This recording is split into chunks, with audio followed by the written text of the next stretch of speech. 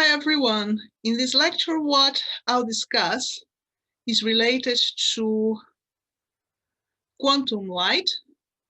But before I actually deal with that, we're going to see unitary transformations. Unitary transformations are very powerful tools. And we have seen this a bit with regard to changing basis, but we're going to need a little bit more if we are going to deal with laser meta interaction, light meta interaction. So that is going to be the topic of our lecture today. So to continue, we're going to talk about unitary transformations today and gauge equivalent Hamiltonians. This is unbelievably useful if you are studying any type of laser meta interaction or any branch of physics that deals with that. This preamble that I'm going to discuss was taken in part from this book. This is actually quantum electrodynamics, pretty much focused on people who would like to go for quantum optics. So it is very specific, but it is one of the best discussions of this which I have seen. So the motivation that we're going to have is, so far, we have considered uniform transformations in the context of basis changes and unitary time evolution, but they can be used in a range of problems that is much wider, and you can sometimes, if you're lucky, make a cumbersome and fiddly problem much easier by applying this type of transformation. And this possibility exists because state vectors and operators, they have some kind of ambiguity, like these global phases, right?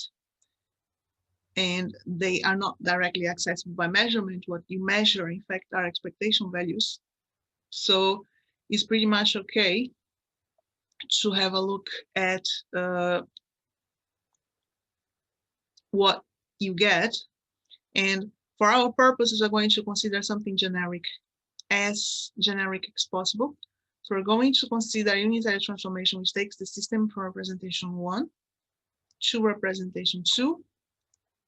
And this has this shape, and thereby this R1 here, they are supposed to be vectors R2, R, and P up to P alpha. They are unitary, they are operators, not unitary, they're operators. And we assume also that this is a function of time. Note that this is very general. This is something that you could, in principle, use to describe many particles in 3D, moving in time, etc., etc. So I'm making the assumption that this is a generic transformation.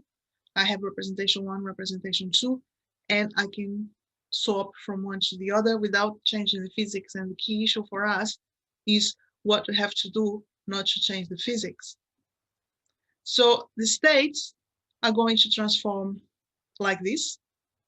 So you have, if you want to go from 1 to 2, and you start from state 1, you have to transform use applying T, which is this transformation from 1 to 2, and then you get state 2. The observables transform like this. This is something we discussed in formal quantum mechanics part of our course. So if you have G1 in representation 1, you want to go to representation 2, you have here T dagger, and here you have T. And the question that I'm going to pose is, what happens with regard to Hamiltonians, and how do we establish a connection? We are making here an assumption that is huge, that your Hamiltonian may be in principle time dependent, that your transformation is as general as possible. The only assumption that we are making here is that it's unitary, and we want to keep the physics, right? So how does this change? How, if you have a Hamiltonian H1 in representation 1, and if you have a Hamiltonian H2 in representation 2, how are they related? And the important thing here is the time-dependent Schrödinger equation has to remain invariant, because these Hamiltonians, they obey the time-dependent Schrödinger equation. So let's have a look then.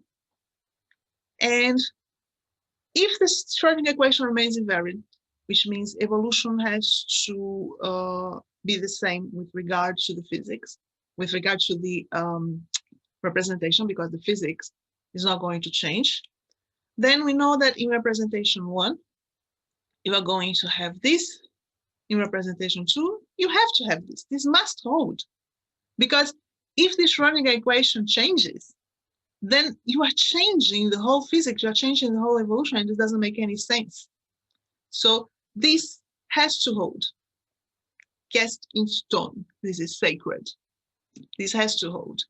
And if you use the transformation upon the wave function, you can show that this Hamiltonian H2 is given by this transformation here, T dagger H1 T plus IH bar GT going from 1 to 2 divided by this T. So this is derivative, time derivative of the transformation, and the transformation H dagger. We're going to see a demonstration of this.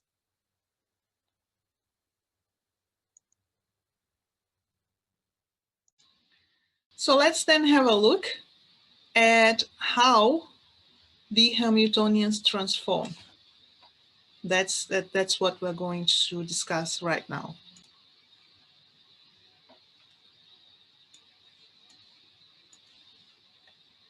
So we're going to consider two state vectors, psi1 t and psi2 t, whereby we know that they belong to different representations, 1 and 2, and they are connected.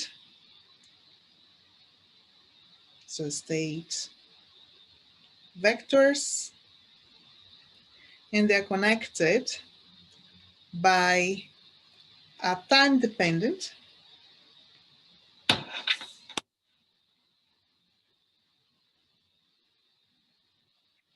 unitary transformation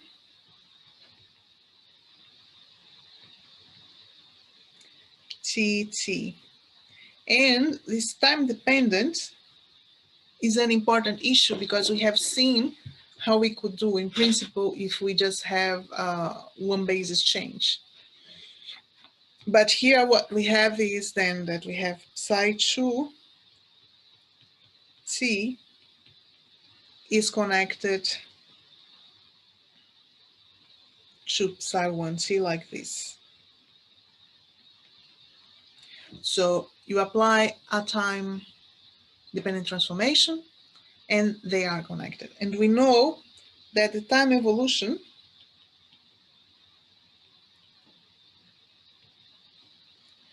of both states is governed by the time-dependent Schrödinger equation. Has to be, because the physics has to remain the same whatever representation you're taking. You cannot consider a situation in which you have a certain physics in one case and then you change a representation when you totally change the physics. Fair enough. So we would like to prove, given, so let me put the Hamiltonians with Hamiltonians H1 and H2. Again, connected to representations 1 and 2 respectively. So we would like to prove that they are connected like this. So prove that H2 T is given by TT, H1 T T dagger T plus IH bar GT dagger DTT, derivative of the transformation with regard to T, T dagger T. So what we want to prove is that this holds. This expression. Okay. So what we need to consider is we need to consider the time-dependent Schrödinger equation, and we know that it has to remain invariant under the transformation. So this is a key assumption. Otherwise, you're going to get something that is physically inconsistent. TDSE remains invariant with regard to TT, meaning that IH bar G dt psi 1 is equal to H1 psi 1. Here for consistency you can put T. And you also have to have that IH bar G dt, put also T here, psi 2 T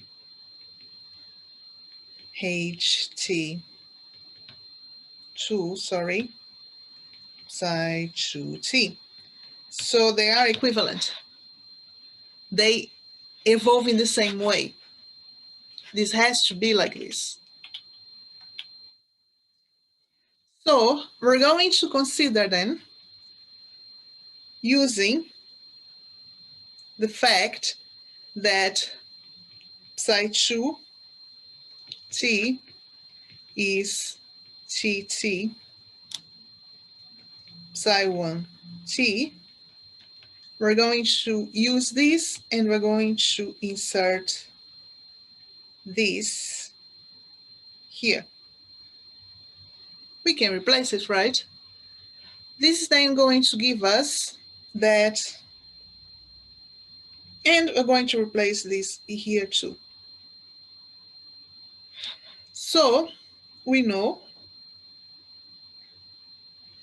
if we look for the left-hand side of the time-dependent Schrödinger equation, we can say that IH bar D dt psi 2T is IH bar G dt TT psi 1T.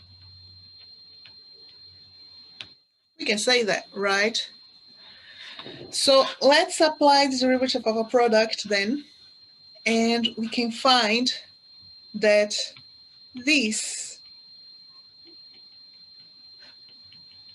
is equal to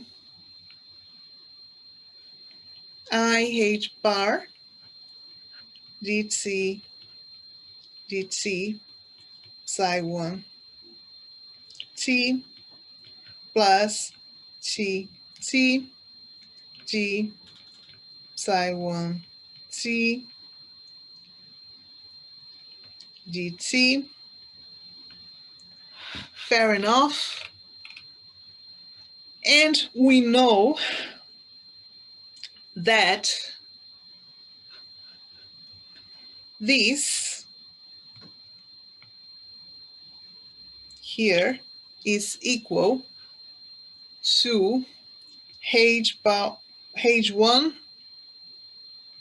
psi 1 T divided by 1 over H bar. Why? Because you have this expression here saying that the time-dependent Schrödinger equation has to be invariant, so you know that these two things are equivalent, and here I just divided by IH bar. So I know that this has to hold. Fair enough. So we're going to have if we look at the right-hand side, it's pretty much that we have H2 TT, right? So this means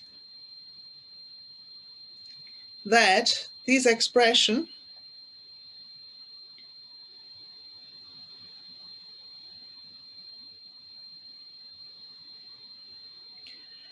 from the right-hand side can be written as I, from the left-hand side, I H bar G T T dt plus transformation H1. This is going to be then applied to this ket psi1t, but this is equal to H2 psi2 t, and we have already used the fact that this right hand side would be H2 t psi1 t, correct? So let me make it nicer here.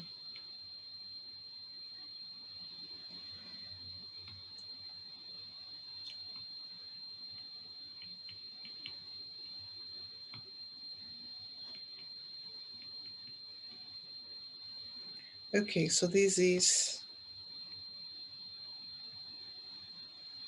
this guy. Now,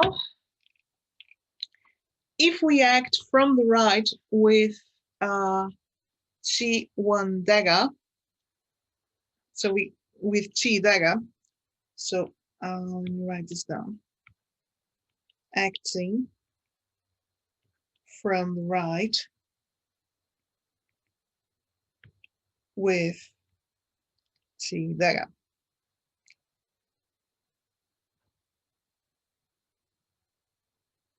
But we can see, okay, if you have all these, before I act from the right, actually, I'm going to do the following. I'm going to write, just to make it more didactic, I'm going to write this. If we see these holds applied to psi1t, we can say that IH bar dt t dt plus t th1 is H2 t t. Now, what I do is I'm going to act now from the right with T dagger. So let me act from the right with T dagger. So acting from right with T dagger, I get IH bar dt t dt T dagger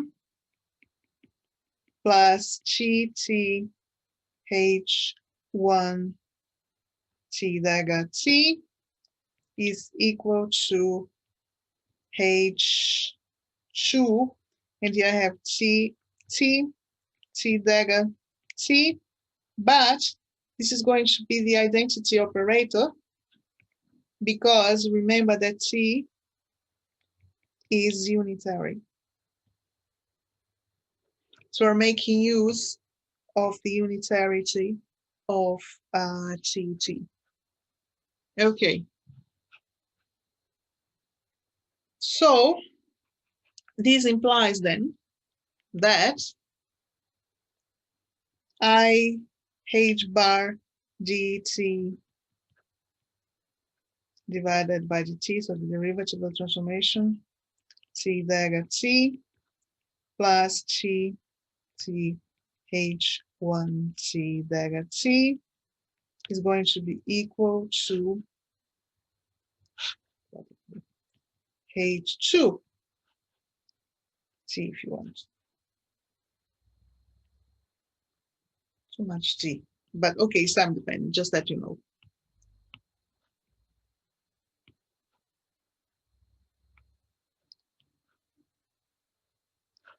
So what we had is we had two time-dependent Hamiltonians, very general. I'm not making any assumption on it. And we have shown that they transform by considering also a time-dependent transformation in this way. Note that this kind of thing you had already seen when we were talking about matrices and change of basis, but this is a bit different. And this is actually taking into consideration these time dependence of the Hamiltonian. Okay, so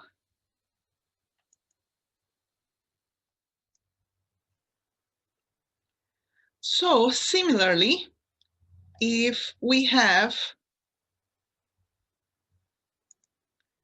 a time evolution operator U1 in representation 1, taking the system from T0 to T, and if you have a time evolution operator U2 taking the system from T0 to T in representation 2, you can show that the state vectors are going to evolve in the following way.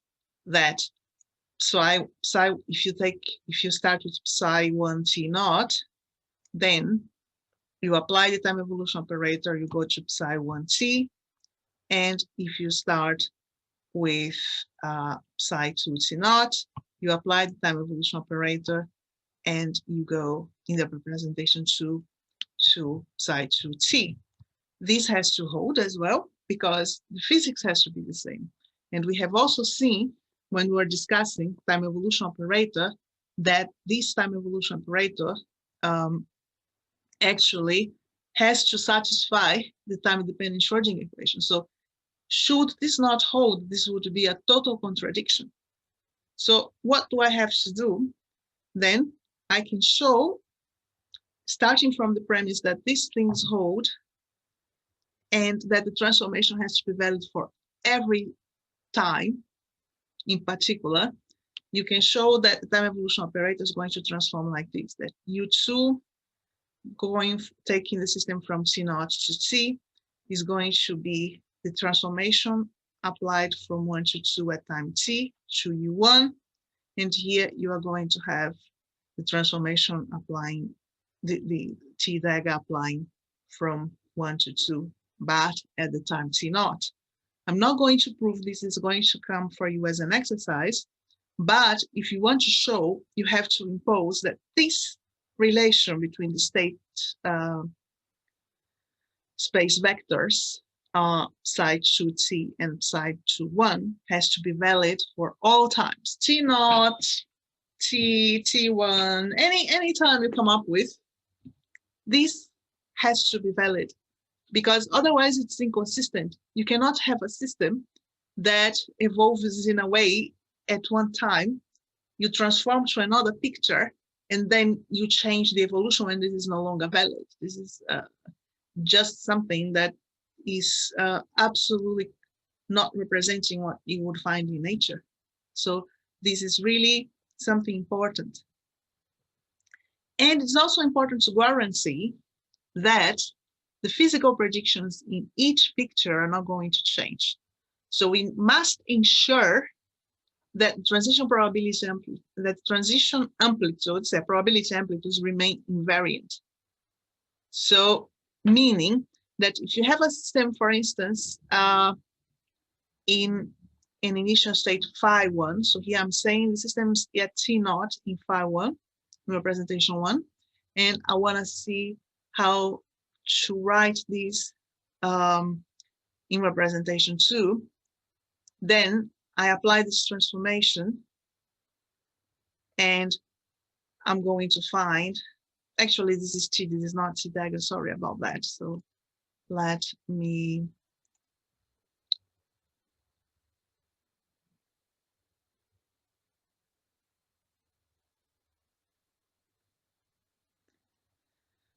get rid of this dagger. I'm trying, hang on, option, pen. So ignore this dagger, please. Got rid of too much, but what I want to say is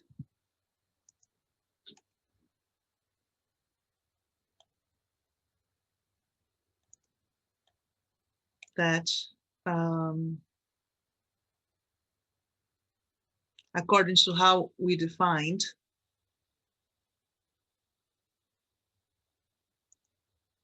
This is just T, you don't have a dagger.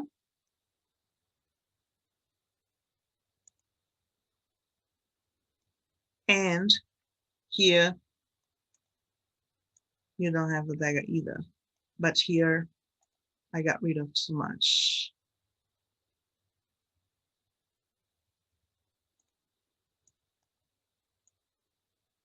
So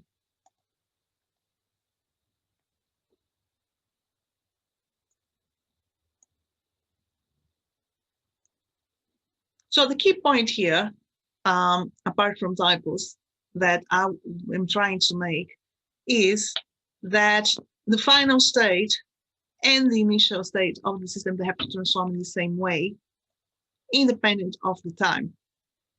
So the difference is that the transformation here, when you start with phi 1 t naught, that I apply this transformation t going from 1 to 2 at t naught, and you see that I take it to phi 2 t naught.